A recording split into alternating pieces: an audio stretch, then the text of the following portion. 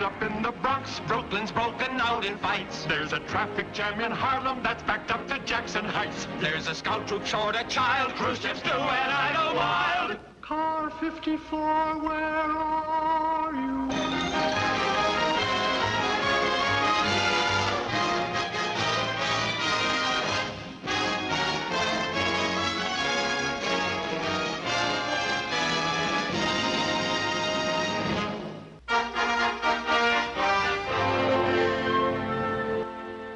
Re-elected as Vice President, Hugo Antonucci. Re-elected as Recording Secretary, Joe Steinmetz. Elected as your new treasurer, Gunther Toody. Are you kidding? Toody, treasurer! Order, order. Gunther's your new treasurer. We got over $800 in the treasury. We're gonna let him handle it? You gotta be kidding. Order, order, order. Gunther Toody, according to our bylaws, the club treasury amounting to $836 is hereby turned over to you.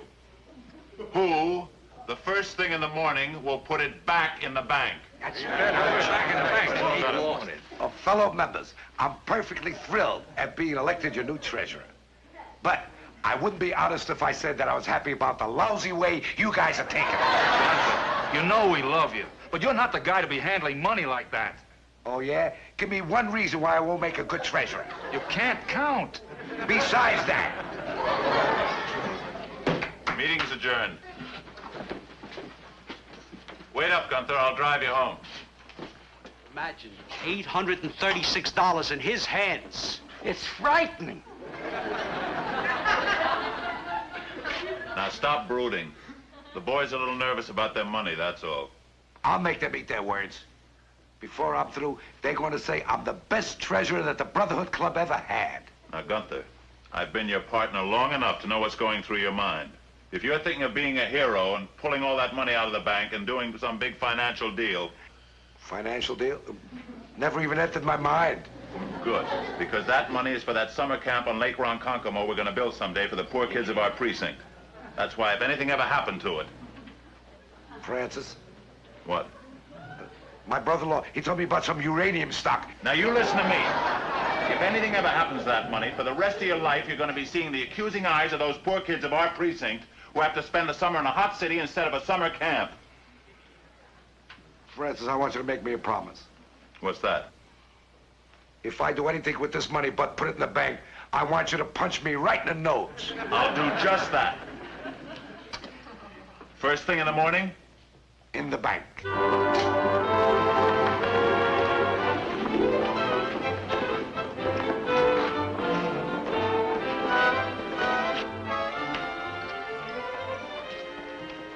Officer Toody, Yes? have I been looking to run into you for months? This is for you. A wristwatch for me? Don't you remember me? Foster, Think Foster. I had that cigar store. We caught you taking bets on horses. We had to padlock you. But we were just doing our duty. Are you kidding? That was the biggest favor any man ever did for me. I closed that joint, sold it for $800, and went into the stock market. Stock market? Look at that. 40 grand. $40,000. I've taken it all out of the bank, and I'm buying Peruvian tin plate. It's a $2 a share. It ought to go to 100. 100? No, I'm sorry. This money goes to the bank. Okay, it's your life. I suppose we have to have poor people, too. See ya.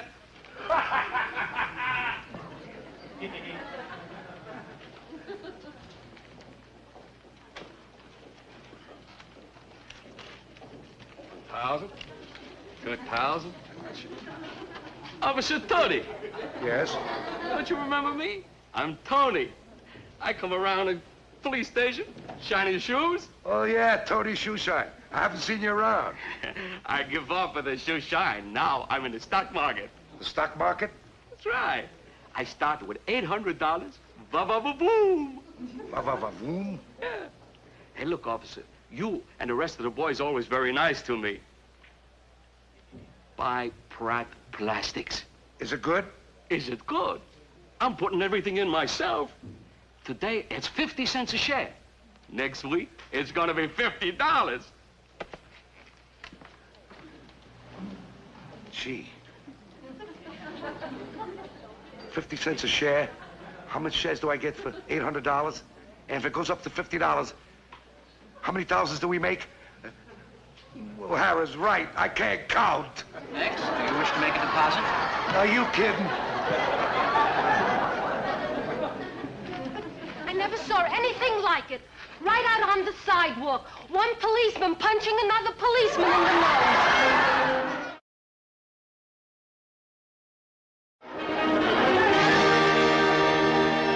Did I tell you? Did I tell you? You let a screwball loose with our hard-earned money. The stock market. He wants to gamble our $836 in the stock market. Gamble. It's showing faith in our country's progress. That's what it is. We're just following the footsteps of great men who bet on the future of America. George Washington, Thomas Jefferson, Fink Foster, Tony Shoeshine. The chair will entertain a motion to investigate, select, and buy stocks with our available funds. Do I hear a motion? I move that we have our treasurer's head examined. Besides, that comes under new business. Muldoon, talk to him. Gunther, for the last time, put it in the bank. Put it in the bank. Everybody's cleaning up, and we got $836 laying there doing nothing. You know, maybe he's got something there. I got a cousin too dumb to come in out of the rain.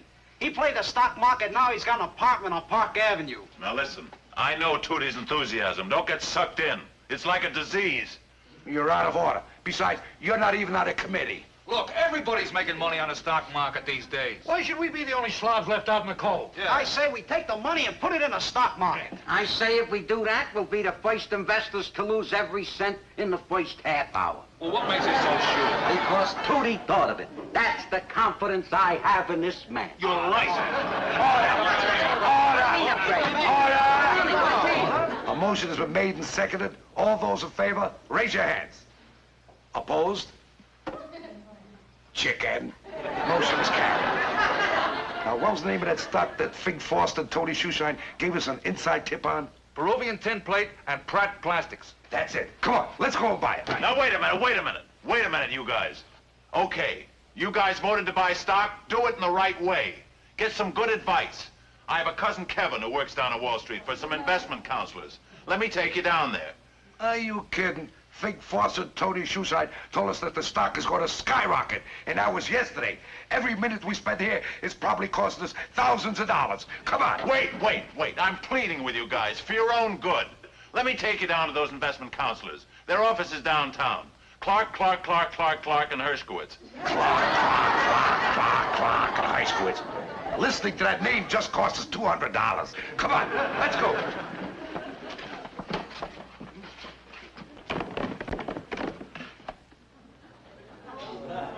Fink Foster. What happened? I was arrested for panhandling. What happened to Peruvian tin plate? That's the market. We'll put it all in Pratt plastics. Come on. Shine 'em up. Shine 'em up. Tony Shoeshine, what happened? I enter the stock market. Sometimes, va-va-va-boo. This time, boo-va-va-va. There's only one stock for you, International Sulfur. International Sulfur. Is it safe? Officer Toody, International Sulfur is one of the cornerstones of our nation's economy. If it goes, the country goes. Sounds kind of risky. Oh, brother. The boy plunger of Wall Street. Come on, make up your mind. You're wasting Mr. Clark's time. How much is a share? $412 a share. Here. We'll take 2 shares. I'll write your confirmation. Did I do right, Francis? Of course. Of course, you're not going to get rich quick, but at least you'll be able to sleep nights.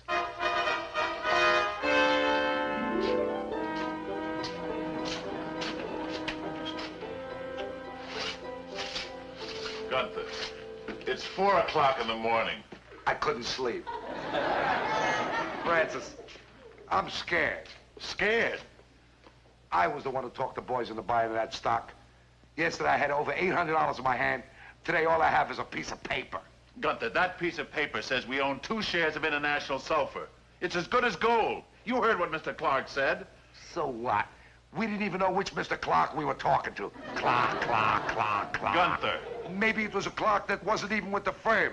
Maybe it was some guy who just slipped into the office when there was nobody there. He took our money, and he's off to Mexico by now. Gunther, don't be ridiculous. At least if we talked to Hershkowitz, we'd know where we were. There's only one of him. Gunther, you're in a panic. They're perfectly legitimate brokers. I told you, my cousin Kevin works for them. All right, now that it's out, I might as well tell you. Your cousin Kevin always looked a little sneaky to me. Gunther, you're hysterical.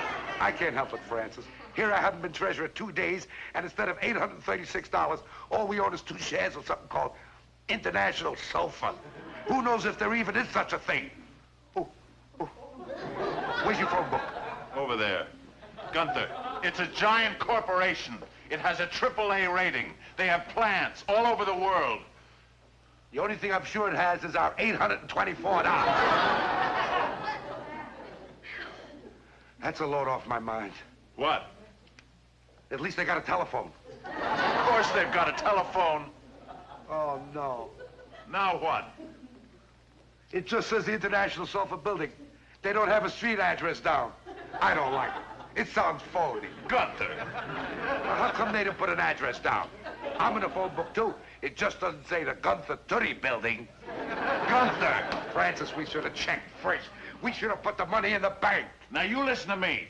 We've invested our money in the safest stock on the market. How do you know? How do I know? Well, for one thing, I mentioned it to Captain Block this afternoon. And you know what?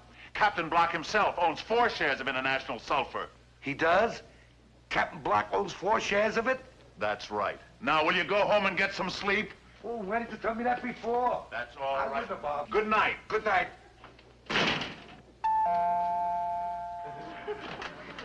Now what? Francis, I just remembered. Captain Block bet on Nixon. He was the first one in the Bronx to buy an Edsel. Gunther. He's still a member of 6 pyramid clubs. Oh, brother, will you go home and get some sleep? I'll never sleep again. Not until I see with my own eyes there's such a thing as International Sulfur. Good night. Good night.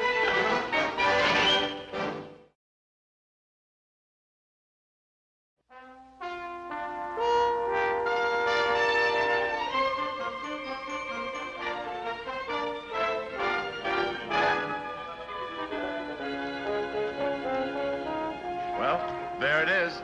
Now, are you satisfied? I still don't know. You still don't know. Maybe this is all a big front. They got our $824. We can come back here tomorrow. There's a family of gypsies living in a lobby. I've come along with you about as far as I intend to. Okay, you can stay here. I'm going up and see the president. The president? C.F. Cartwright? I don't care what name he's using now. Listen, Francis, if I could just look into his eyes, in 1 minute, I could tell if the whole thing is on the up and up. You're going to go up there and look in his eyes. Gunther, C.F. Cartwright is one of the industrial leaders of the country. You can't waste his time. He's got conferences. He's got meetings. He's also got our $824.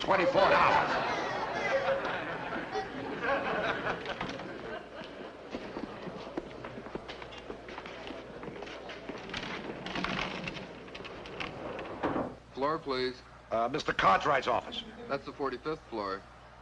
Say this, Mr. Cartwright. Is everything all right with him? With Mr. Cartwright? Yeah. I wouldn't know, officer. I never see him. You see, he has his own private elevator. Ooh, he sort of keeps his comings and goings secret, huh? In other words, if he sort of wants to pack up and leave, let us say, for Mexico, nobody would know about it, huh?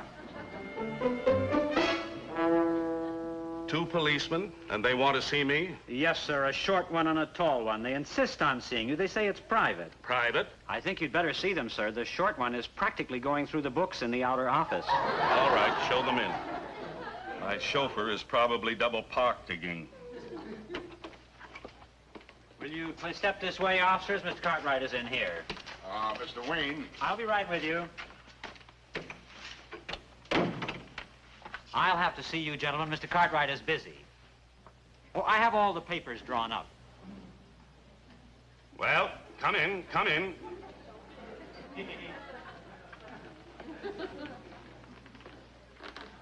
Well, what is it, officers? How's business? Business. Fine, fine. this building, or is this a sublet? A sublet? Mr. Cartwright, let me explain to you about my partner. Can you? You see, Mr. Cartwright, Gunther, that's his name, Gunther Toody. How do you do? How do you do? Excuse me.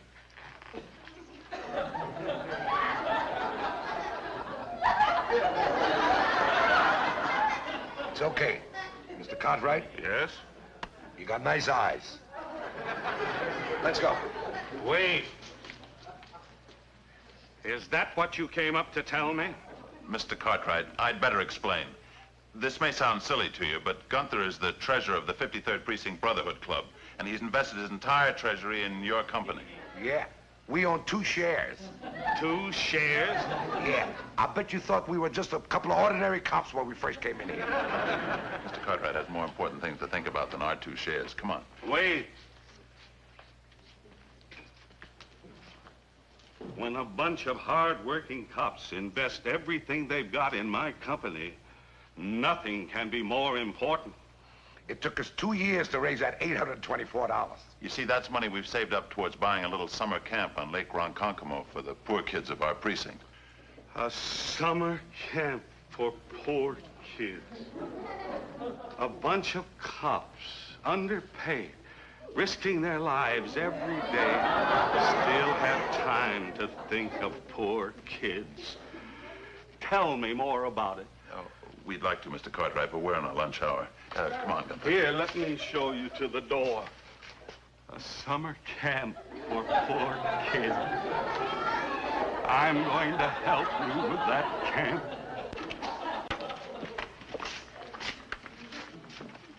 Just give me a little time.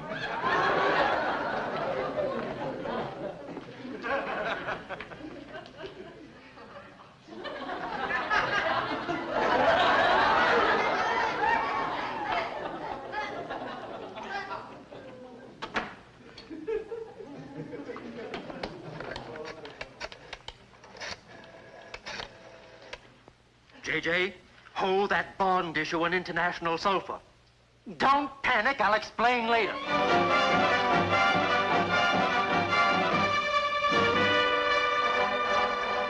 500 shares, international sulfur. Wait. Well, what? Cartwright's in trouble. Oh, that's ridiculous. No? Okay, might as well play it safe.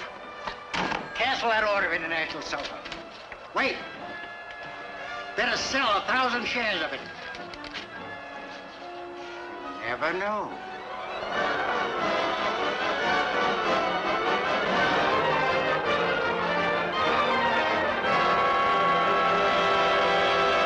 How about that? Toody's only been in office 3 days, and we already got back twice the interest on our money. Not only that, you can never tell about sulfur. It's liable to catch on and skyrocket. Boys, let's give a cheer to the best treasurer our Brotherhood Club ever had. Oh, come on. Hip, hip. Did I tell you? Did I tell you? What is it? What is it? Headlines, that's what it is.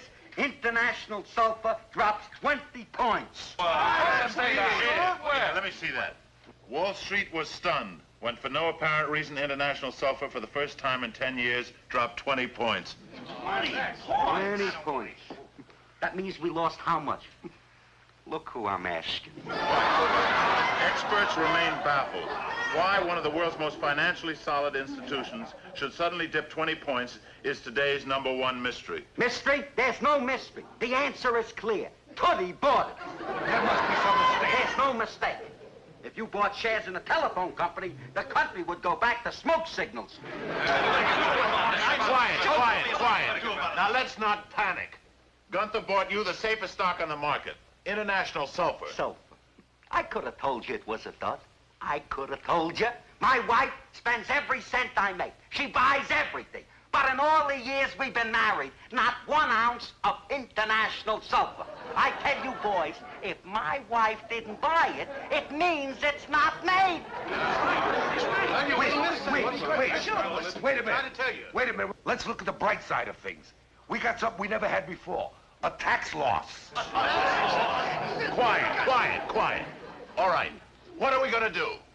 I know what we're going to do. I was never wrong about a man's eyes. I'm going up and see Mr. Cartwright. I'll go with you. You go. We're all going up. It'll probably be back to normal by the time the market closes today. What is it? The police are here. The same two? Yes, but there are more of them. They all came back. Show them in. Mr. Cartwright, isn't there something you want to tell me? Tell you? Yes, don't keep them waiting. Yes, sir. I'll get them out of the outer office. Hello. I haven't the biggest idea what caused the dip. Hello, Mr. Cartwright. Boys, I'm glad you're here.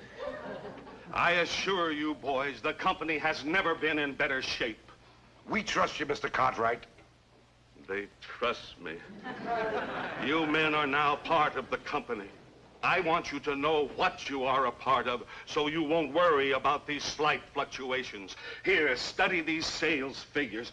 Here's our quarterly report, our production schedules, and here are the plans for the new factories going up. And here's the official history of the company. I want you all to have a copy. Sorry to have troubled you, Wayne. No trouble at all. Did you get those figures? The company's never been stronger in its history.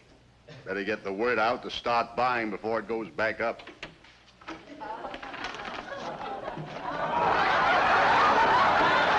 Sell. They just took the company's book. Sell, sell, sell. We're ruined. We're ruined. Bet on the future of our country, huh? We certainly did. You couldn't put it in the bank. You had to be a big-time operator with our money. Yes, Good idea. What a bunch of scaredy cats. You heard what Mr. Cartwright said. It's just one of those trends. Trend?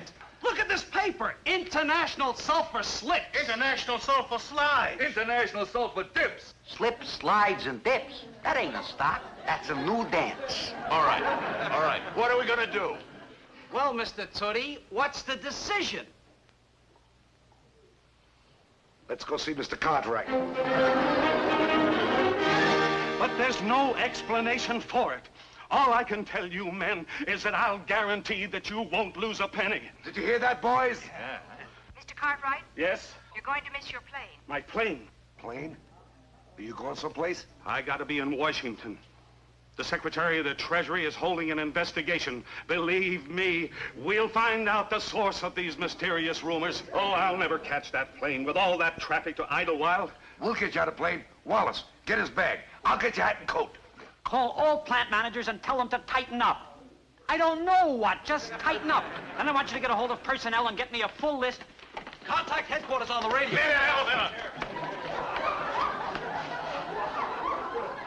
It's too late. They got the old man.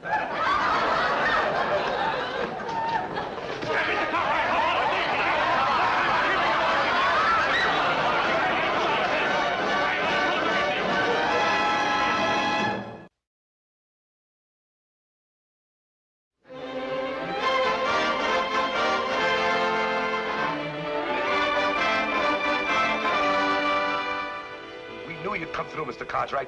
Me and the boys sure appreciated that we're the first ones you called when you came back from Washington. The Senate investigators found out the source of all the rumors. No, I can't tell you what they were, but I have a check here for $1,500.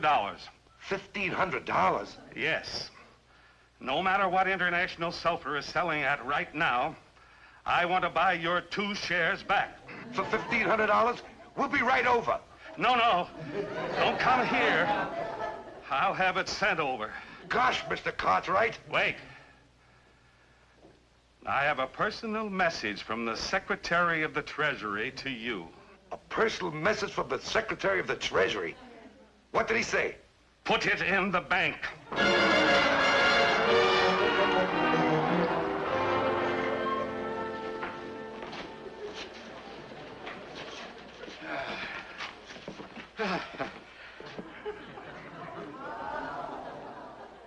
A bunch of cops raising money for a summer camp for poor kids.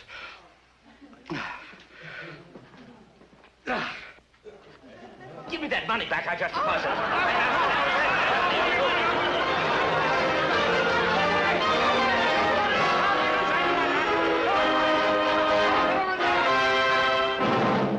There's a a holdup in the Bronx. Brooklyn's broken out in fights. There's a traffic jam in Harlem that's backed up to Jackson Heights. There's a scout troop short a child. Cruise ships do and I know wild. Car 54, where are